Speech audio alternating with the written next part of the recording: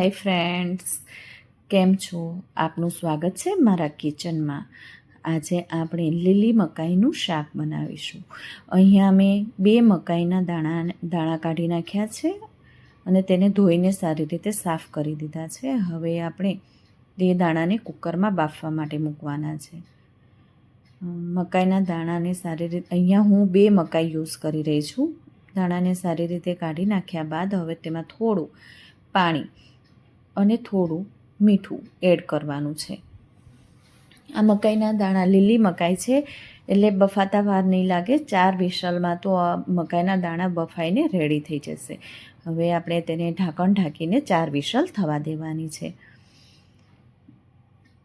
તો બીજી બાજુ આપણે એક પેસ્ટ બનાવવાની છે, તેની તૈયારી કરી લઈએ. તો અહીંયા મેં ડુંગળી, આદું અને મરચાં લીધા છે. 2 મીડિયમ સાઇઝની ડુંગળી, 3 મરચાં અને 1 ઇંચ આદુનો ટુકડો લીધો છે. અહીંયા ખડા મસાલામાં તજ, લવિંગ, બાદિયા, મરી અને કાજુ પણ લીધેલા છે અને લસણની પણ જરૂર પડશે.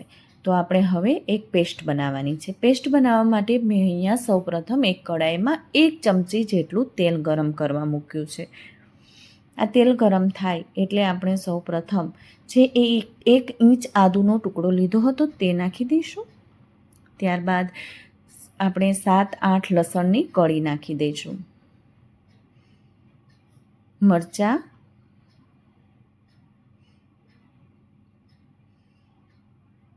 થોડું હલાવી લેવાનું છે. ત્યારબાદ ડુંગળી નાખીને આપણે થોડી વાર માટે તેને તેલમાં સાતળવા દેવાનું છે. ગેસની ફ્લેમ સ્લો રાખવાની છે. ત્યારબાદ થોડી ફાસ્ટ છેલ્લે કરવાની છે. અહીંયા આપણે ખડા મસાલા જે તજ, લવિંગ, બાદિયા, મરી છે તે બધું એડ કરી દઈશું. આ ખડા મસાલાની સુગંધ ખૂબ જ સરસ આ શાકમાં આવે છે, એટલે બધા મસાલા આપણે તેમાં એડ કરી સારી રીતે સાતળવાના છે. બસ આ રીતે સાતળતા જઈશું. ત્યારબાદ હવે આપણે તેમાં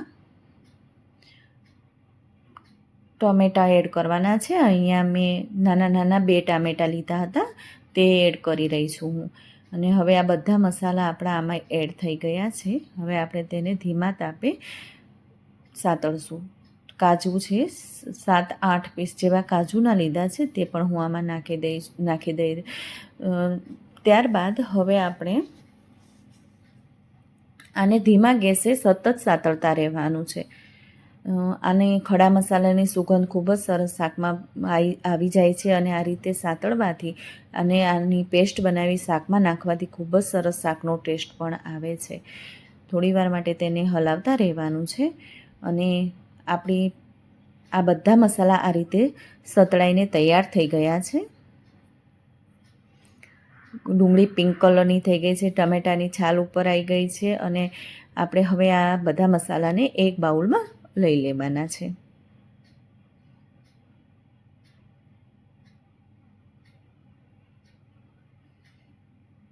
આ મસાલા સતળાય એટલે તેમાંથી સુગંધ ખૂબ જ સરસ આવે છે અને આ મસાલાને આપણે હવે થોડા ઠંડા થવા દેવાના છે.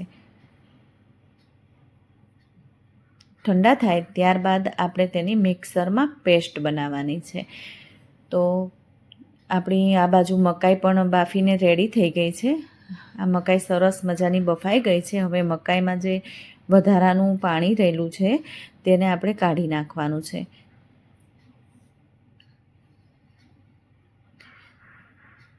આપણી મકાઈ બાફી રેડી થઈ ગઈ છે. આપણે જે બધા મસાલા સાંતળ્યા હતા તે જ કડાઈમાં તેલ ગરમ મૂકવાનું છે. અહીંયા આપણે પેસ્ટ બનાવી લઈએ. તેલ ગરમ કરવા મૂક્યું છે. 2 ટેબલસ્પૂન જેટલું હિંગ, જે આપણે પેસ્ટ રેડી કરી છે તે આમાં ઉમેરી દેવાની છે.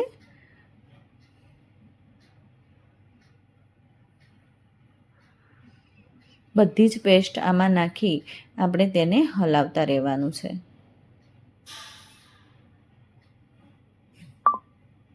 આ શાકમાં તેલ પણ બહુ ઓછું જોઈશે અને શાકનો ટેસ્ટ પણ ખૂબ જ સરસ આવે છે. પંજાબી તડકા જેવું જ શાક લાગે છે. હળદર નાખીશું, ધાણા જીરું, સારી રીતે મિક્સ કરવાનું છે.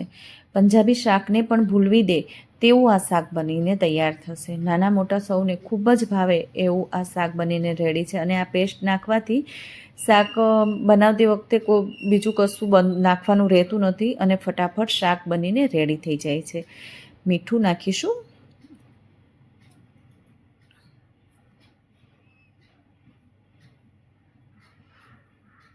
બધું આપણે પેસ્ટ પણ તેલમાં સાતળેલી જ હતી અને ફરી તે વધારે થોડી કૂક થઈ જાય તેના માટે થોડીવાર આપણે તેને થવા દેવાની છે. બધું તેલ ઉપર આવે ત્યાં સુધી એને આપણે થવા દઈશું. આ શાક ખૂબ જ ટેસ્ટી બને છે અને આપણે એમાં મરચું એડ કરવાનું છે. તે મરચું તમારે તમારી સ્વાદ અનુસાર નાખવાનું. જો તીખું ખાતા હોય તો થોડું વધારે નાખવાનું, મોળું ખાતા હોય તો ઓછું નાખવાનું. હું અહીંયા 2 ચમચી લાલ મરચું એડ કરી રહી છું. આપણે હવે થોડીવાર તેને હલાવીશું. થોડીવાર માટે થવા દેવાનું છે. મિત્રો, તમને મારી રેસીપી જો ગમતી હોય તો મારી ચેનલને લાઇક, શેર અને સબસ્ક્રાઈબ કરવાનું ભૂલતા નહીં. બસ આ રીતે આપણે તેને થવા દઈશું. આ રીતે શાક બનાવશું તો બાળકોને તો ખૂબ જ ભાવવાનું છે અને મજા પડી જશે. માટે આ રીતે ચોક્કસથી તમે લીલી મકાઈનું શાક ટ્રાય કરજો. જો આપણને આ સમયે ગ્રેવી થોડી થીક લાગતી હોય તો તેમાં થોડું પાણી પણ એડ કરી શકાય છે. હવે આપણે તેને હલાવતા રહીશું અને થોડીવાર માટે તેને થવા દઈશું. તેલ ઉપર આવી જાય ત્યાં સુધી આપણે તેને થવા દેવાનું છે. હવે આપણે તેને એક ઢાંકણ ઢાંકી થોડીવાર માટે થવા દેવાનું છે. ઢાંકણ ખોલીને જોયું તો બધું જ તેલ ઉપર આવી ગયું હતું. આ રીતે આપણી પેસ્ટને લગભગ 5 થી 7 મિનિટ માટે આપણે થવા દેવાની છે. એકવાર હલાવ્યા બાદ ફરી આપણે તેનું એકવાર ઢાંકણ ઢાંકીને ફરી આપણે એને થવા દેવાની છે.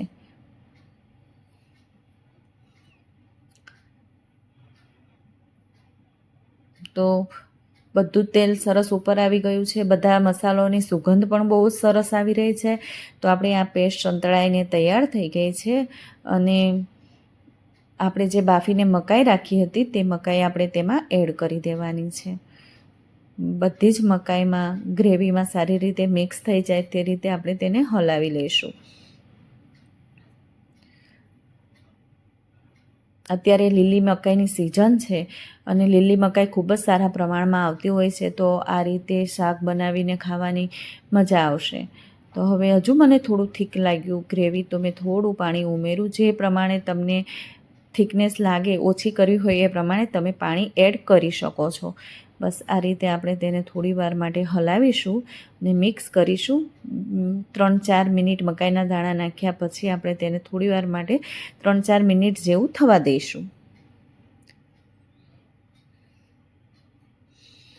તો આપણું આ લીલી મકાઈનું શાક હવે રેડી થઈ ગયું છે.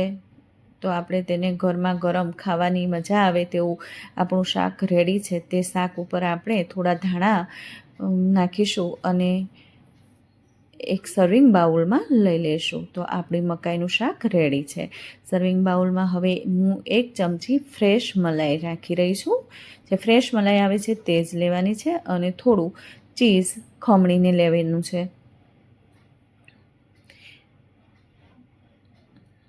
બસ આ રીતે આપણે થોડું ચીઝ ખમણી લઈશું. તો આપણું આ શાક, મકાઈનું શાક રેડી છે. ઢાબાનું શાક પણ ભૂલવી દે તેવું આપણું શાક તૈયાર.